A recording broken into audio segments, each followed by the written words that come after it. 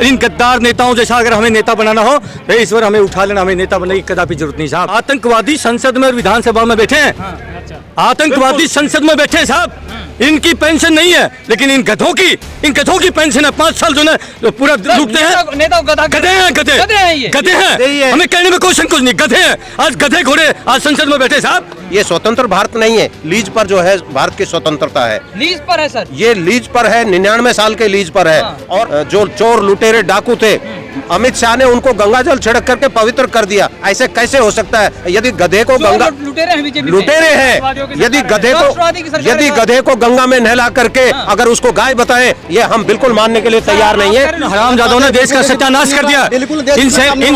इन सैनिकों को ये वर्दी पहन के राजनीति में नहीं आना पड़ता अगर ये ठीक चलते तो। आज 35 साल हम देश की सीमाओं पर गोलियां खाते रहे और इस देश के अंदर इस देश के गद्दार नेता कहीं इस देश को जाति धर्म में नफरतों की आग लगा के खड़ी कर दी। 1 साल पहले दिल्ली में दंगे होते हैं, आप दिल्ली में रहते हैं, 1 साल पहले दिल्ली में दंगे होते हैं, सैकड़ों हिंदू भाई मारे जाते हैं, सैकड़ों मुसलमान भाई मारे जाते हैं। चिंगारी नेताओं ने दिखाई और इस देश के अंदर चिंगारी नेता दिखाता, नेता एक भी नहीं मरता, आम पब्लिक बेचारी कट के मर जाती है। कैसे मुझे कहना पड़ता है, देश में नफरतों की बयार बह रही है। आज देश खंड खंड में बांट दिया। इस देश को बचाने के लिए आए हैं और मुझे यकीन है जिसकी रगों में सच्चा खून होगा, इस माटी से प्यार करता होगा, इस देश से प्यार करता होगा, वो जरूर सैनिक से प्यार करता। हमें दलालों के वोटों की जरूरत नहीं है और जिस प्रकार से भाईचारा खत्म हो रहा है, आज देश में चिंगारी लगेगी, देश में कत्लेआम हो जाएगा, कत्लेआम हो जाएगा। बिल्कुल, अगर ये देश के नेता करवाएंगे। देश मेरे जो है ऐसे मुहायने पर है जहाँ पर देश में गृह युद्ध होने की बिल्कुल कगार पर। फिक्र नहीं मर जाने की, मिट जाने की, अन्याय नहीं होने देंगे और जब तक सांस सीने में आए मेरे प्यारे वतन तेरा शीश।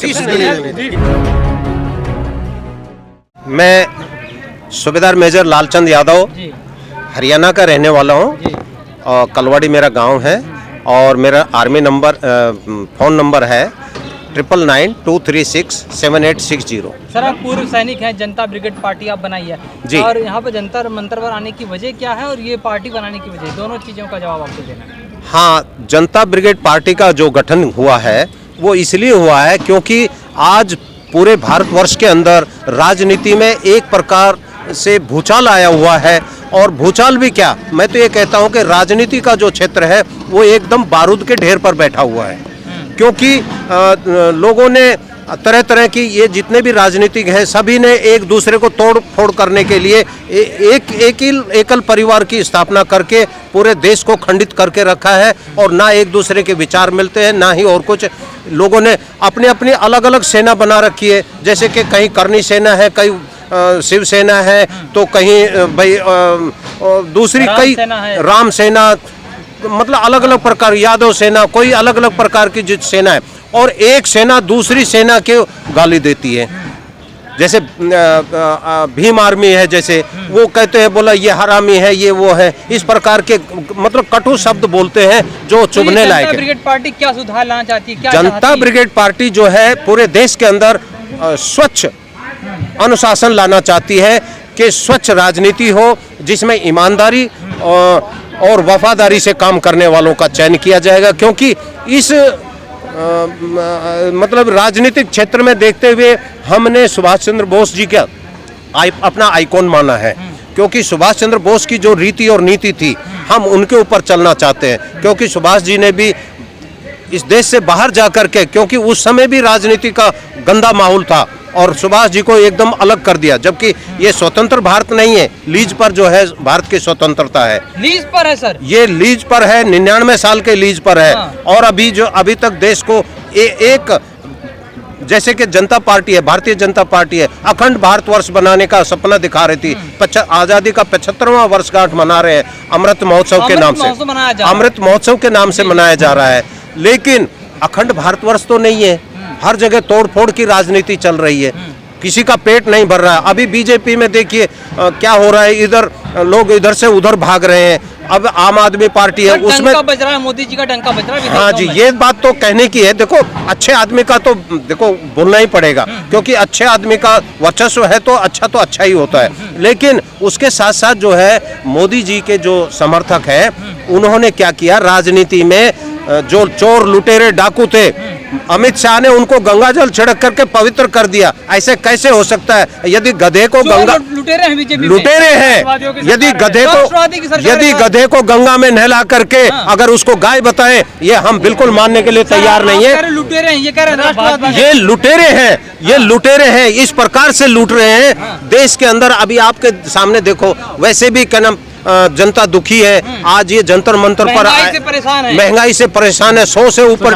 जो पेट्रोल डीजल हो गया, ये थोड़ा सा गलत है। जबकि राष्ट्रहित में महंगाई आप बात कर रहे हैं, राष्ट्रहित में महंगाई है ये, राष्ट्रहित में महंगाई है, क्योंकि ये महंगाई एक जगह नहीं, पूरे राष्ट्र के अंदर। राष्ट्र को बचाना है, राष्ट्र को बचाना है, बिल्कुल ठीक कही आपने। लेकिन राष्ट्र को बचाने के लिए और बहुत सारे साधन है। राष्ट्र को बचाने के लिए एक केजरीवाल है जो दिल्ली सरकार चला रहा है, उसने जगह जगह पूरे देश के अंदर, दिल्ली के अंदर ठेके खोल दिए और ठेके से आमदनी करके उस दिल्ली का कोटा पूरा करना चाहता है। ये कौन सी राजनीति है? नशेड़ी बना रहे हैं क्या? ये नशेड़ी बना करके पूरे युवा भारत को कमजोर किया जा रहा है।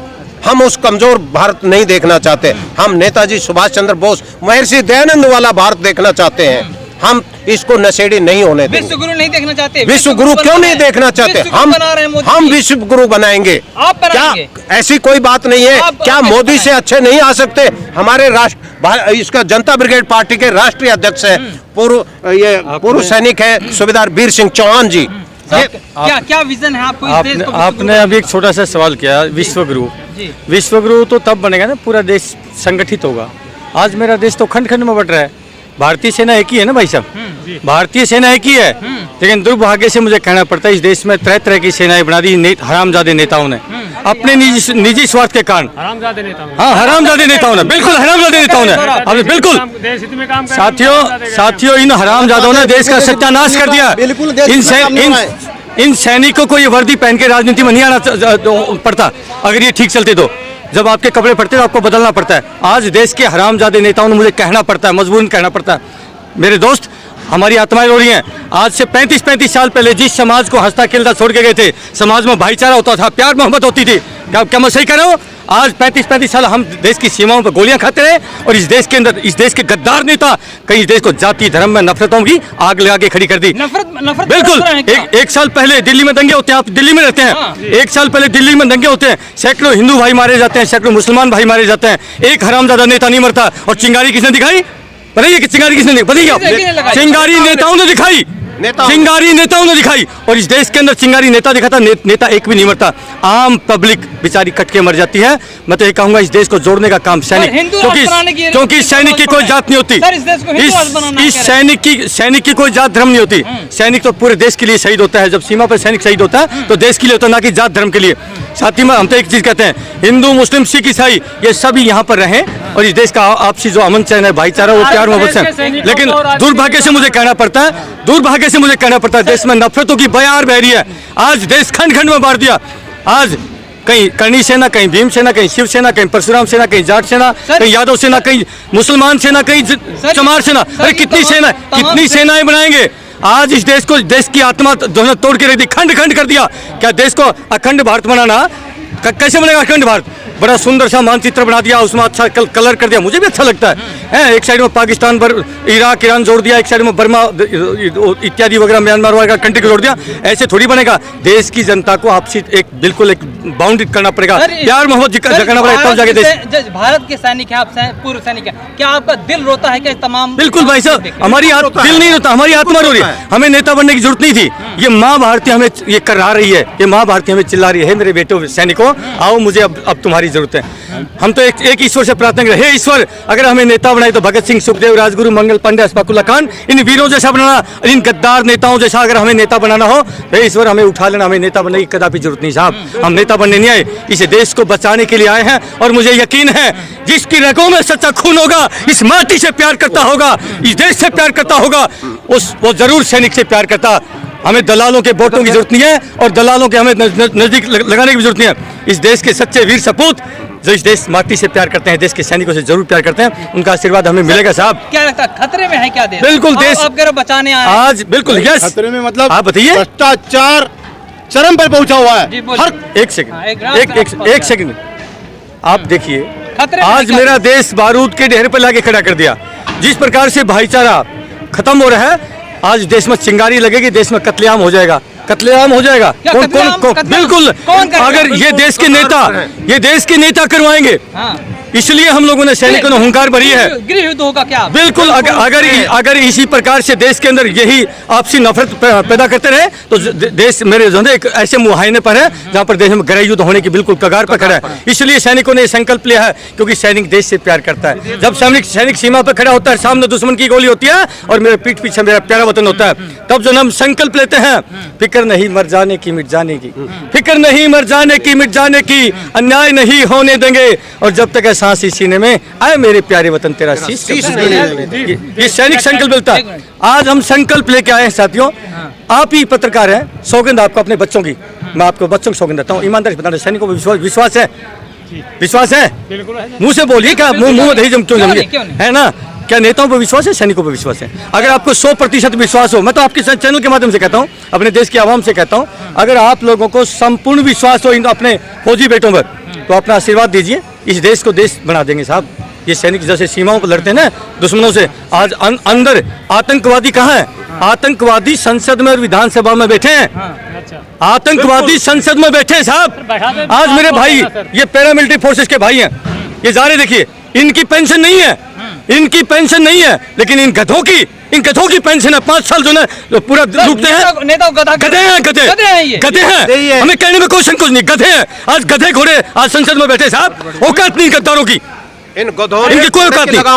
हम ओपन चुनौती देते हैं साहब, हम ओपन चुनौती देते हैं। यहाँ पर दिल्ली में रहता हूँ साहब, बड़े दुर्भाग्य से मुझे कहना पड़ता है, बहुत ही मुझे लगा था कि क्रांतिकारी भगत सिंह जैसा कोई नेता आया केजरीवाल, और राजा हरिश्चंद्र जैसा ईमानदार नेता आया, लेकिन मैं कहता हूँ इतना गद्दार, इतना भ्रष्टाचारी, इससे बड़ा कोई भ्रष्टाचारी कोई नेता ना तो पैदा हुआ ना कोई पैदा होगा ब्रह्मांड में।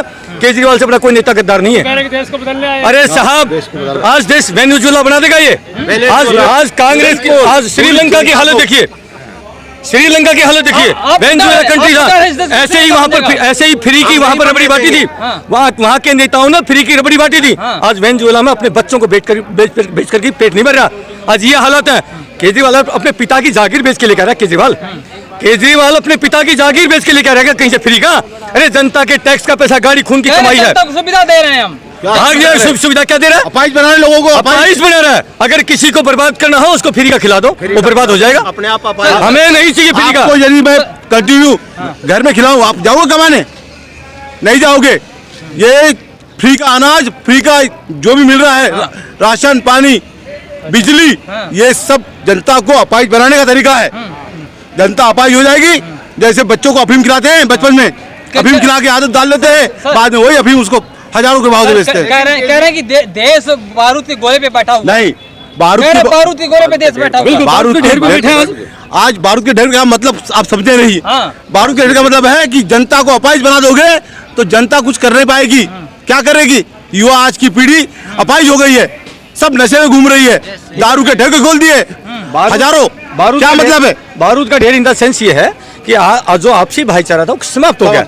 आज कब देश में दंगे हो जाए, कब आपसी जो कोलैप्स हो जाए, इसलिए बिल्कुल साहब, जिस प्रकार से नेताओं की मानसिकता, नेताओं ने देश को आपसी खंड खंड कर दिया, तो शायद मुझे तो लगता है कि देश में कभी भी जाति में, धर्म में जो है दंगे हो सकते हैं। ये नेता जिस प्रकार से नफरतों की आग झोंक रहे हैं देश के अंदर। देश की रक्षा के लिए आप बॉर्डरों पे गए थे, देश में अब आर्मी भर्ती के लिए युवा सब सड़कों पे आते हैं, उन पे लाठीचार्ज होता है, कैसा लगता है? बहुत दुर्भाग्य की बात है ये। अरे भाई, अगर आप युवाओं को नौकरी नहीं दे सकते तो कुछ उनको ऐसा फाइनेंस करे, मतलब गवर्नमेंट लोन दे ताकि वो अपना पर्सनल कोई अपना बिजनेस व्यापार खोले, लेकिन उसमें भी नहीं है। सिर्फ बोलते हैं, लेकिन युवाओं को कोई नौकरी नहीं है। सिर्फ पकोड़े तलने के लिए जो है युवा देहात के युवा है वो बचपन से सपना देखते हैं कि मैं फौजी बनूंगा, बचपन से प्रैक्टिस करते हैं। पिछले 2 साल से युवाओं की जो है वो फिजिकल हो चुका है। 3 साल से भर्तियां बंद है। बड़े दुर्भाग्य से उन बच्चों के, मैं तो एक ही चीज कहूंगा, अगर सरकार वाकई थोड़ी सी भी उसमें संवेदना है, उन बच्चों को जो 3 साल आप लोगों ने ये टेस्ट नहीं लिया कोरोना का बहाना लेकर के, उनकी डेट ओवरेज हो चुकी है, उनका सपना था सीमाओं की रक्षा करना, उनको कम से कम 3 साल का वक्त जो है छूट देनी चाहिए।